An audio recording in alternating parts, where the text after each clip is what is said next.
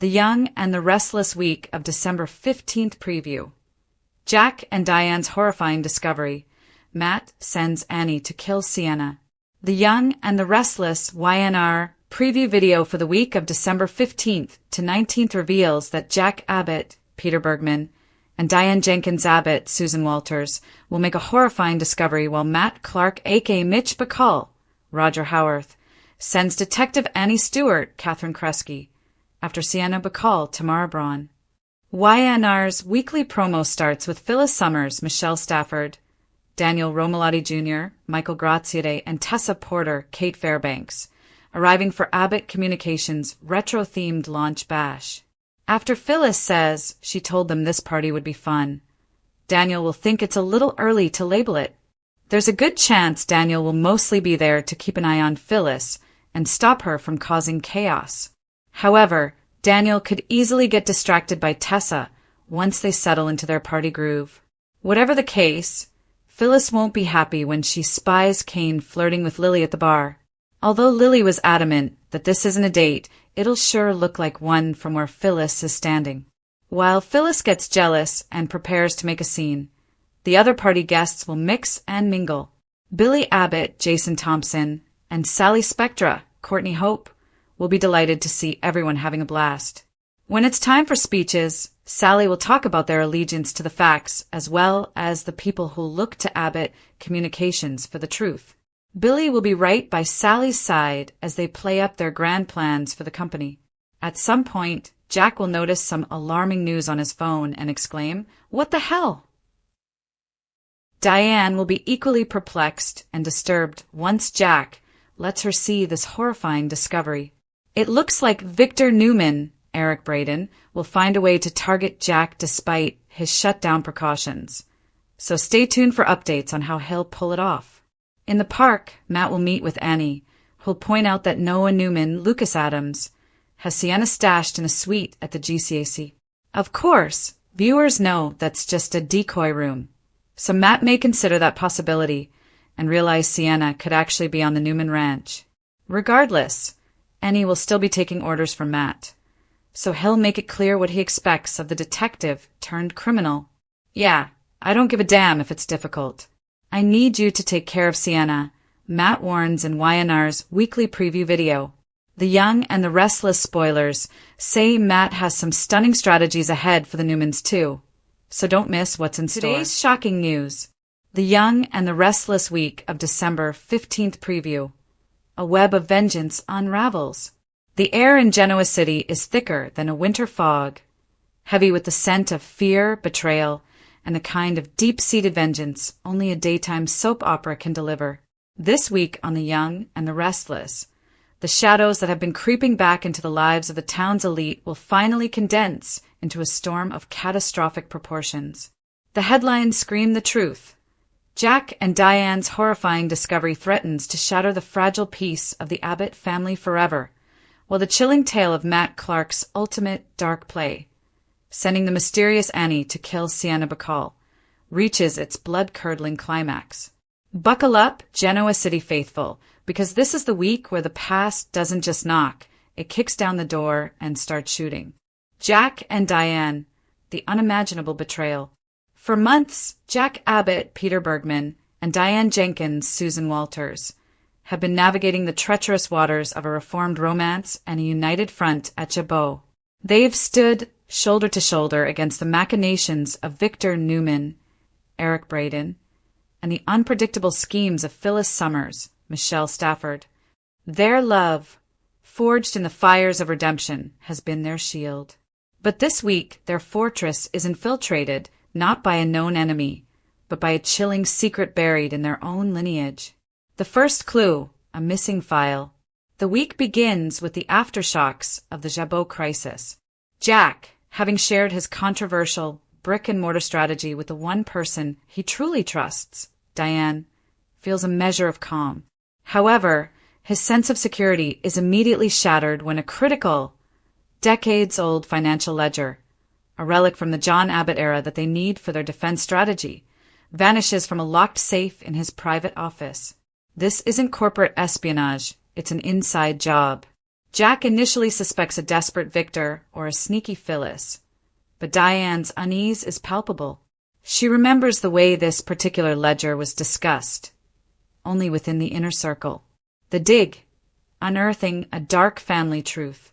Driven by paranoia and a deepening sense of dread, Jack and Diane start to dig. They focus not on the Newmans, but on the members of their own family who are initially apprehensive about their unity.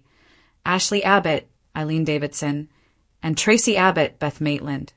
The thought of a family member actively sabotaging Jabot and their future is unthinkable to Jack. But the evidence points to a familiar pattern. The old wounds of the Abbott family, perpetually ripe for infection. Their hunt leads them to an obscure safety deposit box, one Jack never knew existed, registered in the name of a long-deceased relative. When they open it, the horrifying discovery waiting inside isn't a weapon or more evidence of corporate malfeasance. It's a collection of handwritten letters and a single, chilling photograph that rips the veil off a decades-old, devastating truth about the Abbott patriarch, John Abbott. The horrifying discovery, John Abbott's secret child. The letters, penned by John decades ago, reveal a clandestine affair and a child born in secret. A child whom John discreetly supported but never acknowledged publicly, fearful of hurting Dina and the children he already had. The photograph, yellowed with age, shows a beautiful woman holding a child, and the woman's face is eerily familiar. Jack and Diane realize they're staring at the truth. The missing ledger wasn't stolen. It was taken by a family member they didn't know they had, a new Abbott with a claim to the dynasty and a motive for revenge. The terrifying implication hits Jack like a physical blow. The Abbott power struggle now has a new, unknown player, a secret heir with a righteous grudge for a lifetime of exclusion. Who is this woman? Who is the child? And how are they connected to the present-day turmoil at Jabot? The horror for Jack and Diane isn't just the betrayal. It's the realization that their entire legacy is built on a lie and that the enemy is literally family, acting under a cloak of secrecy and vengeance that makes Victor Newman look like an amateur. Matt, Annie, and Sienna, the kill order.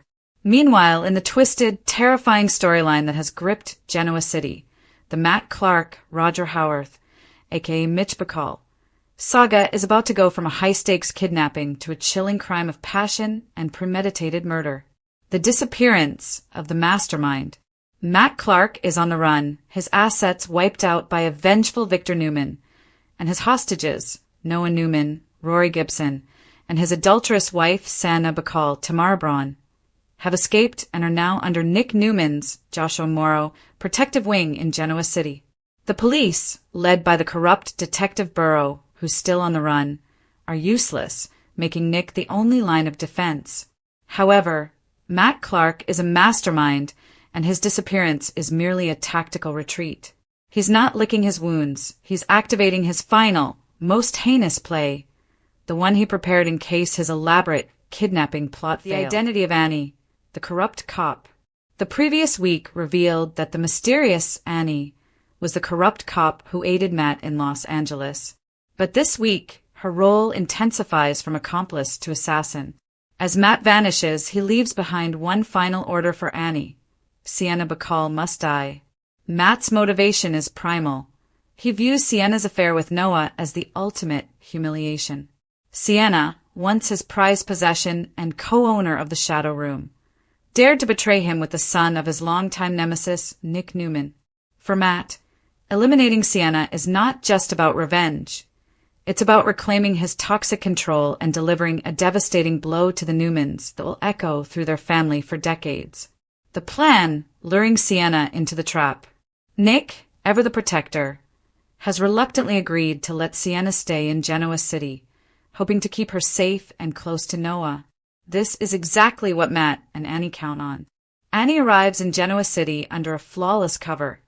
She's a federal investigator who claims to be hunting Matt Clark and needs Sienna's help as a material witness. Nick, suspicious, tries to stonewall her, but Annie's paperwork and professional demeanor are impeccable. Sienna, terrified and desperate to prove her loyalty to the Newman family, falls for the ruse. She believes working with Annie will finally bring Matt to justice and solidify her place with Noah. Against Nick's better judgment, Sienna agrees to meet Annie alone at a secluded location under the pretense of sharing sensitive, off-the-record information about Matt's finances. Noah, blinded by his growing love for Sienna and his own desire to protect her, insists it's the right move. The climax, Annie closes in. The climax of this storyline occurs on Friday, as Sienna waits at the agreed-upon, dimly lit location, an abandoned warehouse near the Genoa City docks. Her heart pounds with a mix of fear and excitement. She's so close to being free. Suddenly, Annie drops the facade. The federal ID is a fake. She pulls out a silent, terrifying weapon. Not a gun, but a surgical knife, revealing a chilling history with Matt that goes back further than anyone suspects. As Annie lunges, hissing Matt's final message to Sienna, he never loses, Sienna. You should have stayed loyal. The terrifying reality hits Sienna. In a moment of pure terror, Sienna fights back, a desperate struggle for survival. She's overpowered, the shadow of the mysterious Annie closing in for the kill. Just when all seems lost, a figure emerges from the darkness. It's Nick Newman, who, unable to shake his nagging suspicion, followed them. A brutal, breathless fight ensues between Nick and Annie. The episode ends on a harrowing cliffhanger, a single, echoing gunshot, leaving one, or perhaps two, characters bleeding out on the cold concrete.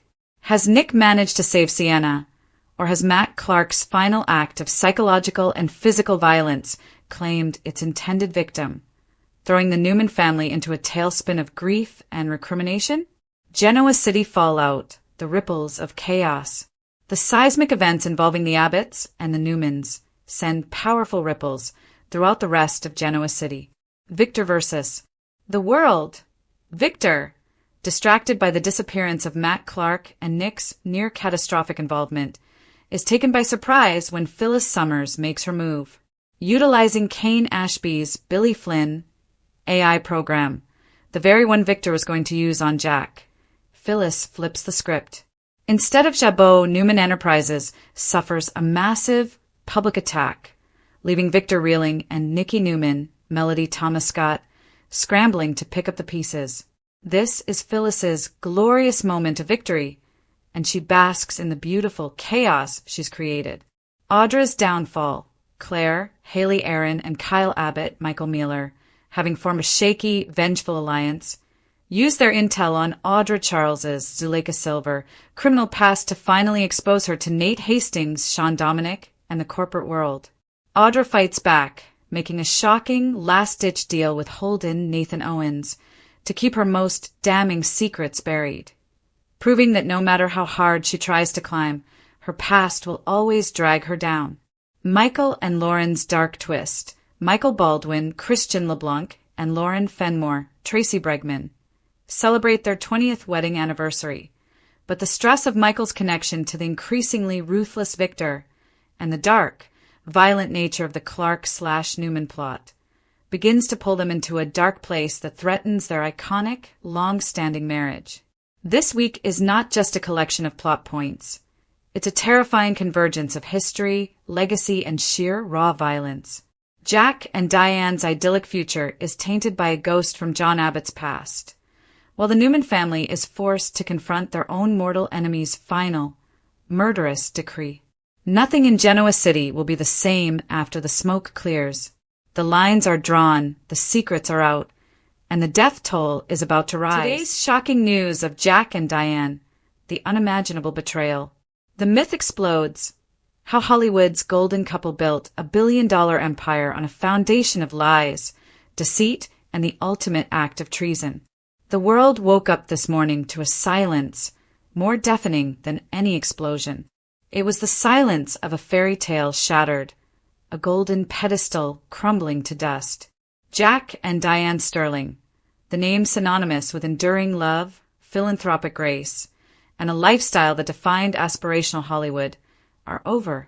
But this is not a story of an amicable split, or even the tragic fate of a power couple. This is a cold, calculated narrative of the unimaginable betrayal, a shockwave of corporate and personal treason that has left friends, fans, and financial markets reeling.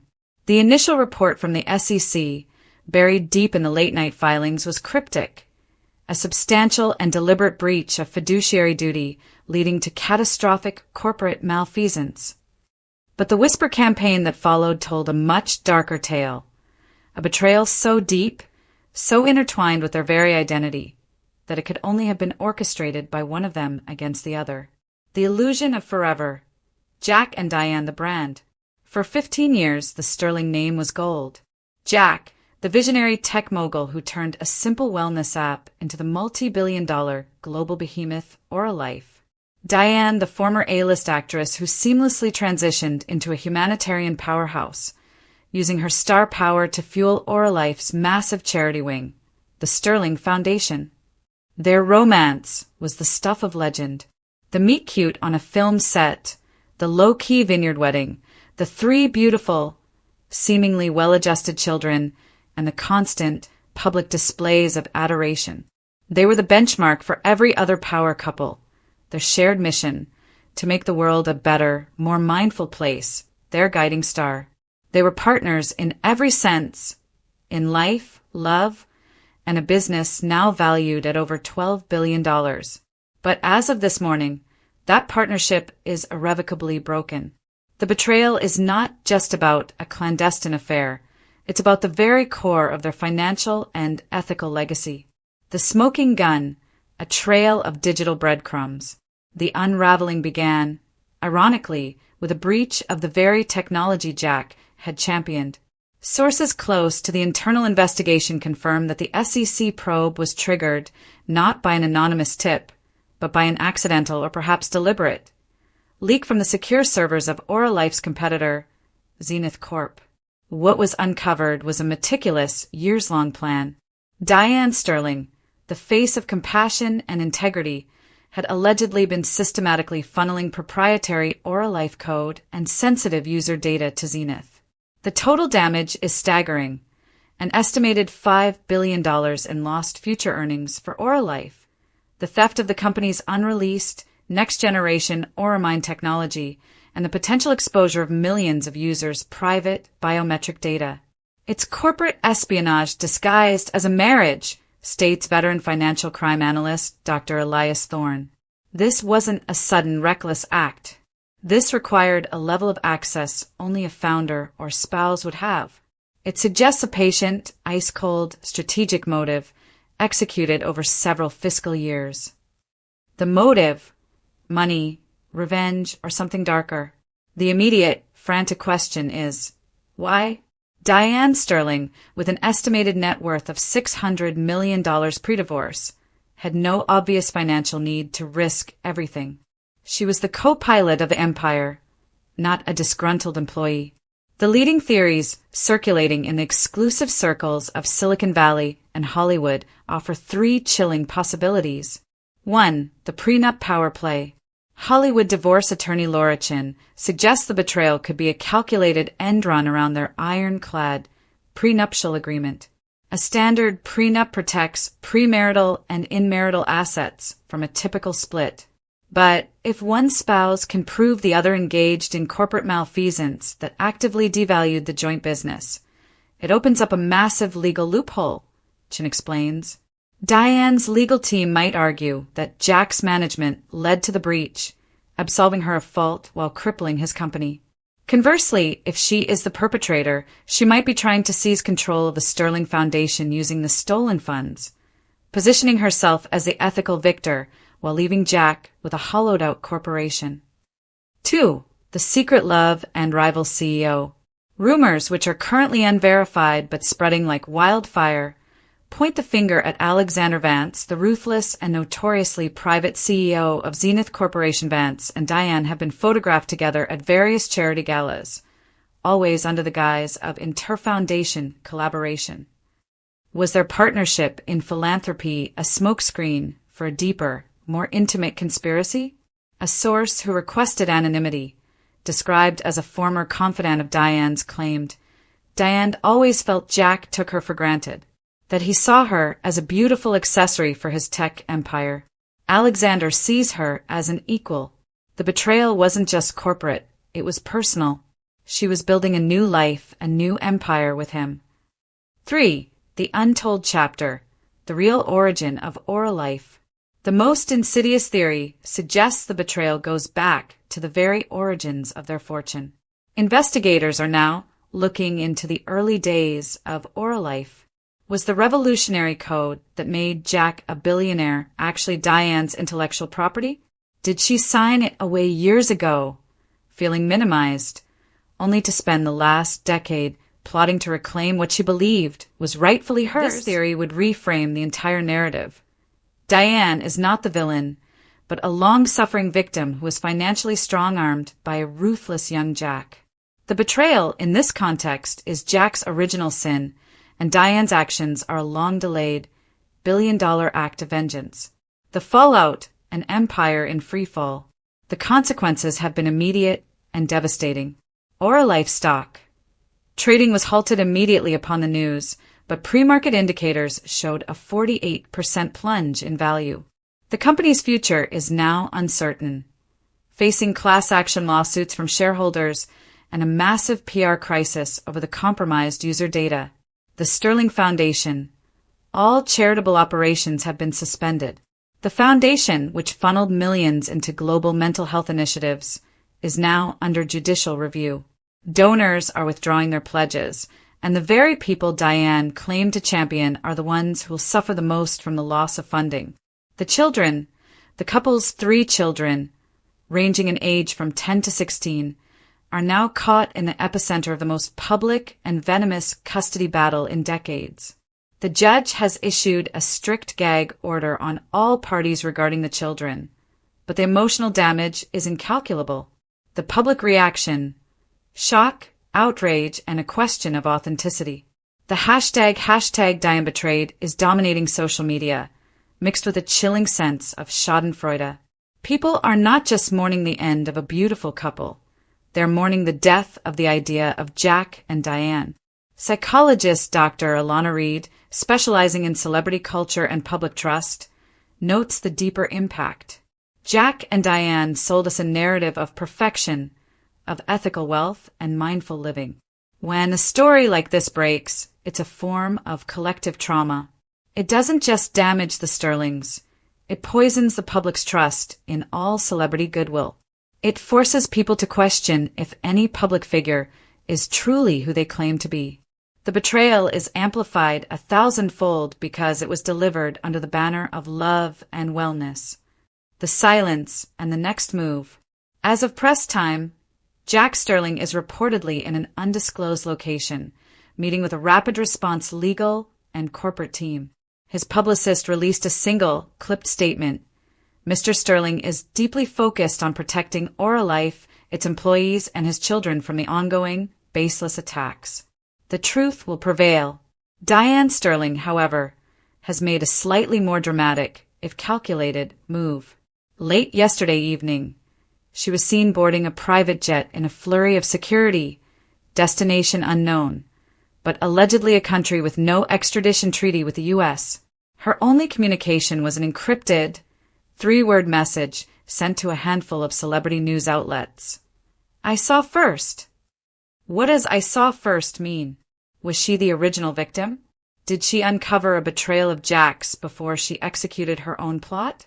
Or is it the defiant cry of a woman who knew she had to strike first to survive?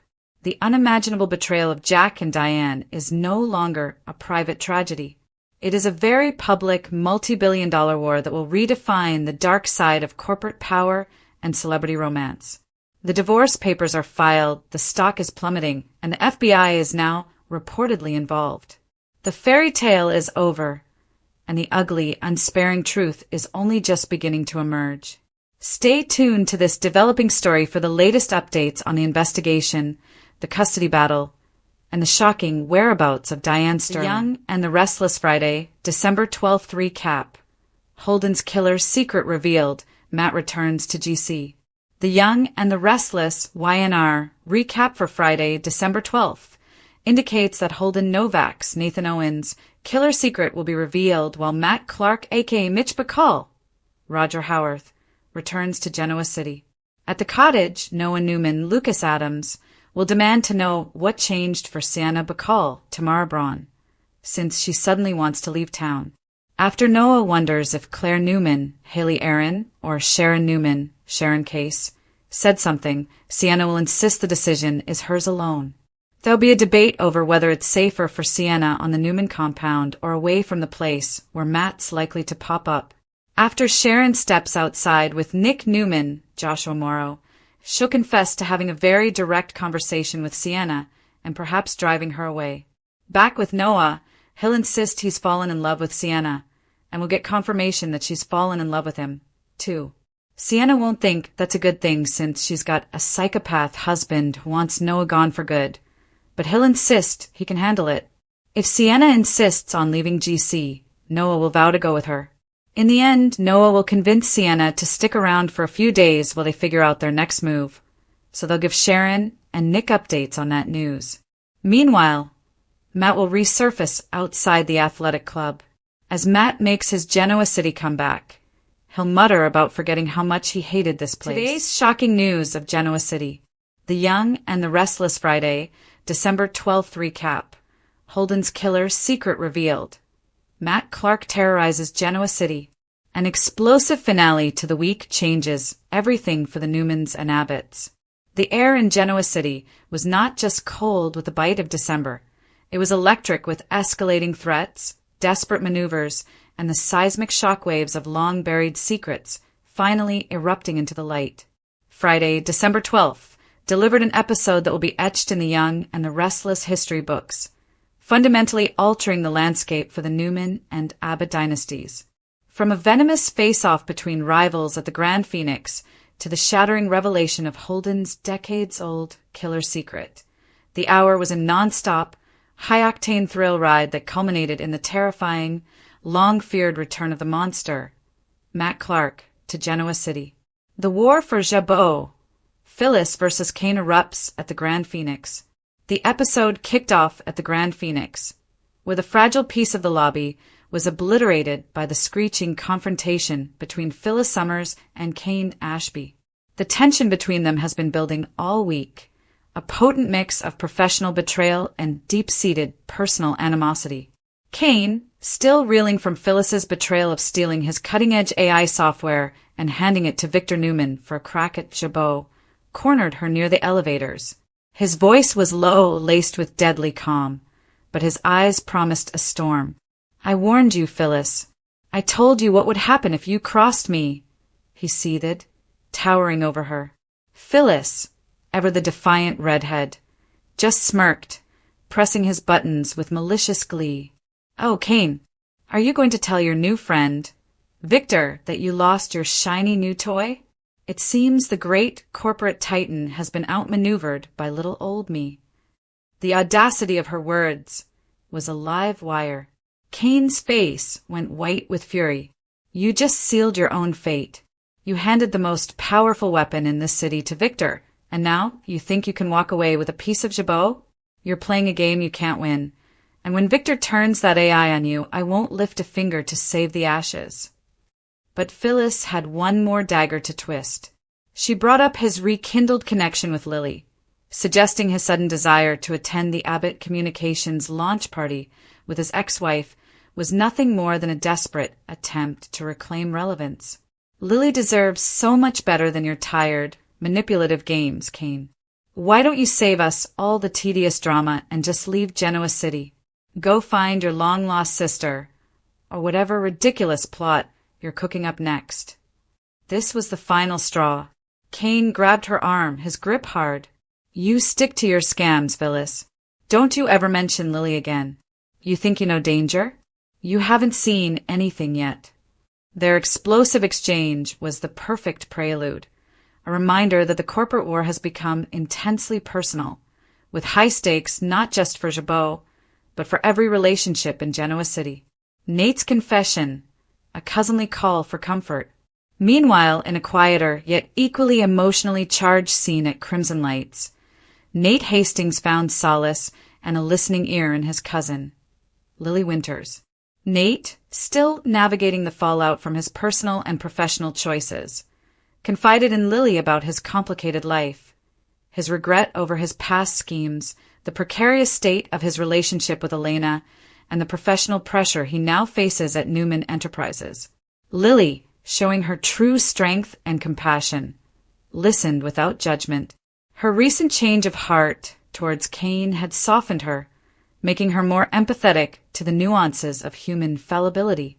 Nate admitted that his ambition had almost cost him everything, and he was struggling to find his footing again. "It's hard, Lily," Nate confessed, swirling the coffee in his mug. "Every move I make is scrutinized. I feel like I'm constantly trying to prove I'm worthy of a second chance. And Audra, she just keeps making things more complicated." Lily offered sage advice, drawing on her own experience with Kane. "You have to forgive yourself, Nate. You can't expect everyone else to do it if you don't. And as for Audra, you need to draw a clear line. Focus on what matters. Your career, your family, and if you want it, your future with Elena. Don't let the corporate chaos bleed into your soul." The scene offered a rare moment of genuine, heartfelt connection and vulnerability, reminding viewers of the deep-rooted family ties that persist even amid the fiercest rivalries. Nick takes action, the protectors resolve. The main engine of Friday's drama was the rising threat of Matt Clark. With Noah and Sienna now in Genoa City, and Sienna having had a shocking run-in with Claire on Thursday, Nick Newman's protective instincts went into overdrive. He knew Matt, the man who once terrorized Sharon and held her hostage, was unstable, vengeful, and now financially ruined by Victor. The Newman Ranch's walls, no matter how imposing, were not enough to make him feel safe. Nick found Sharon at her home, visibly agitated but trying to remain strong for Sienna and Noah. "He's still out there, Nick. He hasn't been caught. And he's not Mitch Bacall, he's Matt Clark. The man who tried to destroy my life," Sharon whispered, the memory a chilling shadow over her face. "I know, honey. And he's coming here," Nick stated, his resolve hardening. "Victor thinks he's got this under control by financially crippling him, but that just makes Matt a cornered animal. A desperate Matt Clark is the most dangerous kind." The official recap states that Nick takes matters into his own hands to protect Sharon. This is where the story exploded. Nick, rejecting Victor's corporate war-driven tactics, decided on a purely tactical, defensive measure. He organized a complete security overhaul, not just for the Newman Ranch, but for Sharon's house and Crimson Lights. But his biggest move was to finally confront the one person who could truly help, Holden, Audra's new ally. Holden's killer secret revealed, the Los Angeles connection. Nick, knowing Holden was entangled in the Los Angeles mess and had just made a mysterious deal with Audra, tracked him down to the rooftop bar at Society. The setting was tense, the city lights a stark contrast to the darkness of the conversation. "I know you made a deal with Audra, Holden," Nick began, skipping the small talk. "And I know that deal has something to do with your past and Matt Clark. Whatever she has on you, whatever you're trying to bury, I need to know. Sharon's life is at risk. Noah's life is at risk. You can't protect your secrets and protect them both." Holden initially stonewalled, citing Audra's confidentiality. "What Audra and I discussed is a private matter. It has nothing to do with Matt Clark." "Wrong," Nick countered, leaning in close. "It has everything to do with him. He was a cop in Los Angeles, right? An officer of the law. Audra's history, your secret, the reason she has leverage, it's all tied to how far people were willing to go to cover up Matt's corruption. Now talk." The pressure broke Holden. His eyes, usually cool and calculating, betrayed a flicker of genuine terror. He took a long, shaky breath. "It wasn't Audra. It was someone else. Someone I was with years ago. There was a confrontation with a dirty cop, one of Matt's associates. He was going to expose everything. Audra's past, my past. And in the struggle, the cop was killed." Nick stared aghast. "You killed him?" Holden shook his head, his face a mask of agony. No, but I helped cover it up. The person who actually took his life was a young woman. Desperate. Terrified. I protected her. I buried the evidence. I manipulated the scene. She got away. She changed her name. And I've lived with that ghost ever since. That girl was Audra's college roommate, and the cop, the man who died, was the person who first exposed Matt Clark's corruption and was trying to go to the FBI with the proof that Victor crushed. The secret was out. Holden, the seemingly grounded businessman and newfound protector of Claire, was a co-conspirator in a fatal cover-up, all to protect a woman with a connection to Audra's past and the very case Matt Clark was involved in. Audra wasn't just leveraging a scandal. She was leveraging a homicide. The final shockwave. Matt Clark returns to Genoa City. As the episode reached its climax, Genoa City's residents were scattered, each dealing with their own crises. Phyllis was gloating over Kane. Lily and Nate were sharing a cousinly moment. Victor was still plotting against Jack. But Nick and Sharon, knowing the danger was closer than ever, drove back toward Sharon's house. They were talking about Holden's shocking confession, the implications for Audra, for Victor's own cover-ups, and for the city's power structure, when a black, unmarked SUV suddenly swerved in front of them, forcing Nick to slam on the brakes. The driver's side door swung open. A figure, recognizable but more unhinged than ever, stepped out into the night. It was Matt Clark. He stood silhouetted in the glare of the headlights, his eyes cold, his face a horrifying mask of vengeful madness. He didn't have to say a word. His presence alone was the fulfillment of every Newman's worst fear. Matt slowly raised a hand, pointing a finger directly at the stunned couple in the car. He didn't scream. He didn't rush. He delivered a single, chilling line that reverberated through the night air, ending the episode on the most terrifying cliffhanger in recent memory. Did you really think I'd let you keep my wife? Recap analysis. The aftermath and future of Genoa City. Friday's episode was a masterclass in soap opera storytelling, brilliantly weaving together the corporate intrigue, the family drama, and the long-simmering psychological terror. The Holden-Audra secret dynamic. The revelation of Holden's deadly cover-up fundamentally changes his character and gives Audra massive, dark leverage that ties directly into the criminal underworld Matt Clark was part of. It suggests Audra's deal with Holden is not for money or power, but for protection from the past, a past that is now crashing down around them. Matt Clark's threat level. By returning to Genoa City and confronting Nick and Sharon directly, Matt Clark, or Mitch Bacall, has upgraded the threat from a remote, abstract danger to an immediate, visceral nightmare. His target is not just Sienna, but the entire Newman family who ruined him. Nick and Sharon's bond. Nick's desperate move to protect Sharon, culminating in his dramatic confrontation with Holden, reinforces the Schick bond as the emotional heart of this crisis. They are united against their worst enemy, and their survival will depend on their combined strength. The return of Matt Clark, the exposure of Holden's killer secret, and the escalating feuds leave Genoa City on a knife's edge. The holiday season is about to be marked not by peace and joy, but by the chaos of a madman's revenge and the terrible fallout of a covered-up homicide. The Newmans and the Abbotts must now brace for a conflict that will spare no one.